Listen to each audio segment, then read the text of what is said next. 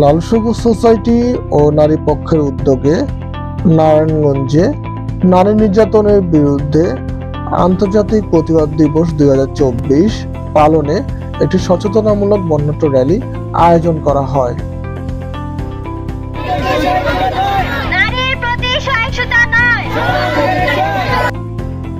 এবারের প্রতিপাদ্য বিষয় হলো নারীর সম অধিকার, সমসুযোগ, এগিয়ে নিতে হোক বিনিয়োগ।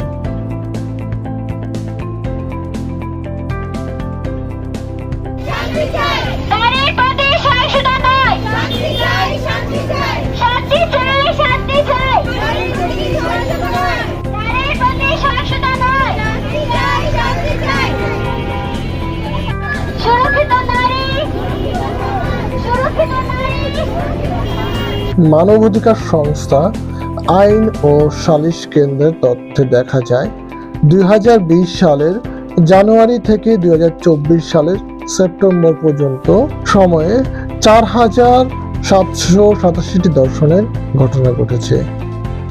তথ্য বিশ্লেষণ করে দেখা গেছে গত 4 বছরে বাংলাদেশে প্রতি 9 ঘন্টায় একটি করে ধর্ষণের ঘটনা ঘটেছে।